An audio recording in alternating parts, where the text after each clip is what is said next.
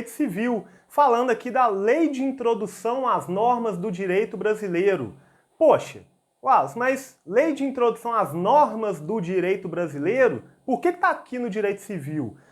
É importante a gente saber, porque a Lei de Introdução às Normas do Direito Brasileiro tem esse nome recentemente, porque antigamente ela chamava LICC, L-I-C-C, Lei de Introdução ao Código Civil. Mas embora fosse uma lei de introdução ao Código Civil, é uma lei diferente. Aqui, ela é o Decreto-Lei 4657 de 1942.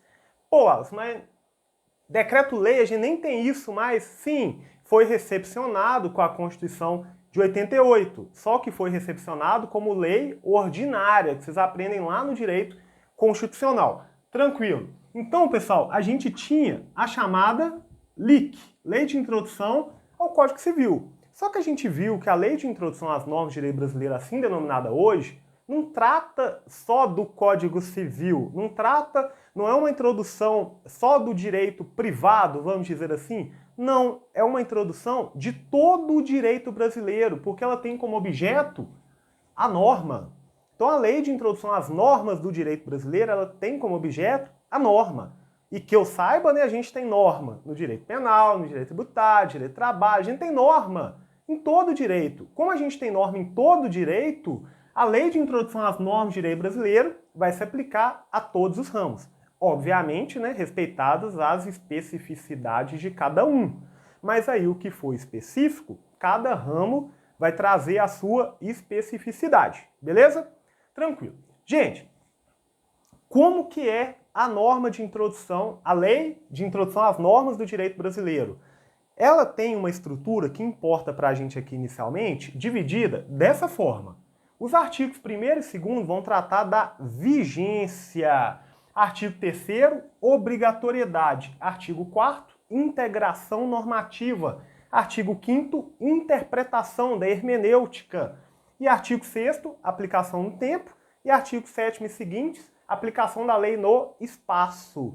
Vamos começar aqui no artigo 1º, que vocês vão entender melhor o que a gente está tratando. Mas vem aqui, salvo disposição contrária, a lei começa a vigorar em todo o país 45 dias depois de oficialmente publicada.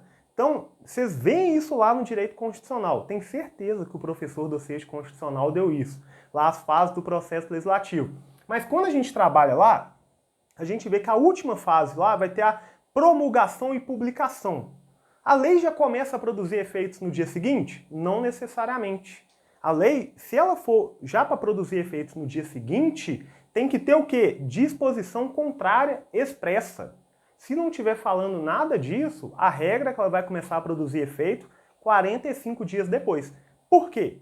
Para que todos tenham o conhecimento aí dessa lei. Inclusive, historicamente, é um fato curioso que eu não sabia, né? Quando eu descobri isso, eu fiquei até assustado. Antigamente, no Brasil, a lei começava a valer no Distrito Federal e litoral, depois que ela ia para o interior, tudo. Hoje não. Hoje, a lei, a partir que ela já está vigorando, né, já está produzindo efeitos, é para todo o território nacional ao mesmo tempo.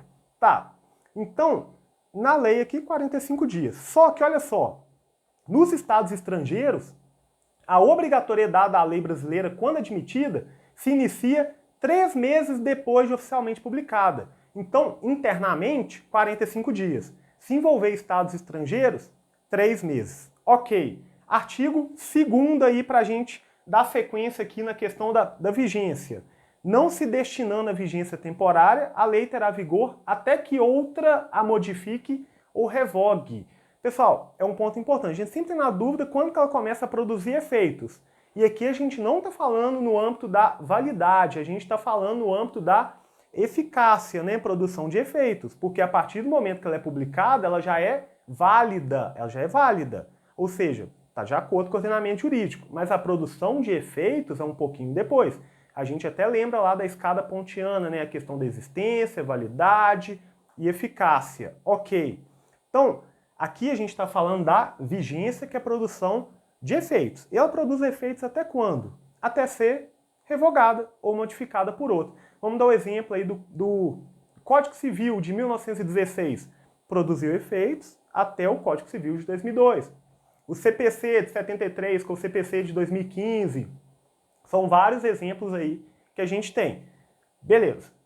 Então, pessoal, sobre vigência, a gente tem que ter esse cuidado porque a norma não pode simplesmente ter uma indefinição quanto à produção de efeitos. A gente tem que ter claro aí quanto que vai produzir efeitos. Os grandes códigos, como o Código Civil, Processo Civil, geralmente aí vai demorar 1 ano, eles dão um prazo de 1 ano para isso. E geralmente vem no último artigo lá do código. Depois pega aí o seu Código Civil e olha no finalzinho de lá, os últimos artigos vai falar quando que ele vai começar a produzir efeitos. Beleza. Artigo 3º, obrigatoriedade. Obviamente, pessoal, não estou lendo tudo.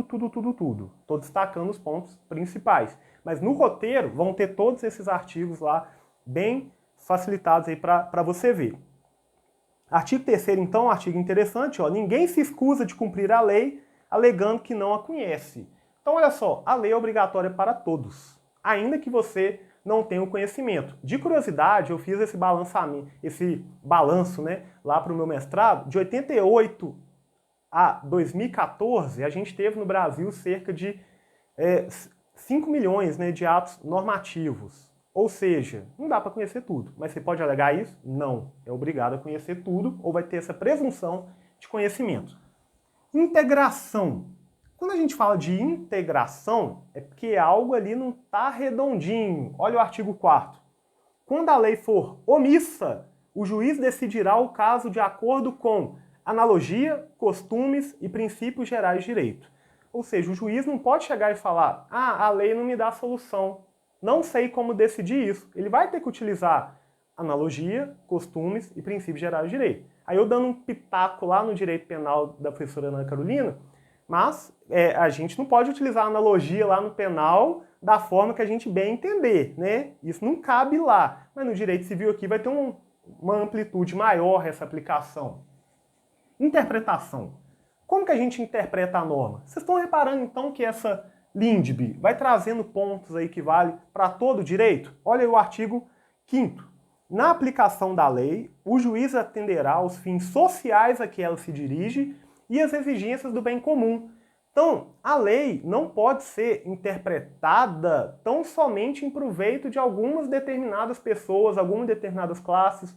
A gente tem aí o princípio da socialidade, tem que ser sempre interpretada no âmbito coletivo, observando aí a função social, até porque a lei ela é geral. A lei é um ato normativo primário geral, que não se aplica somente para mim ou para você. Não, vai se aplicar para nós dois, caso a gente incida na hipótese daquela norma.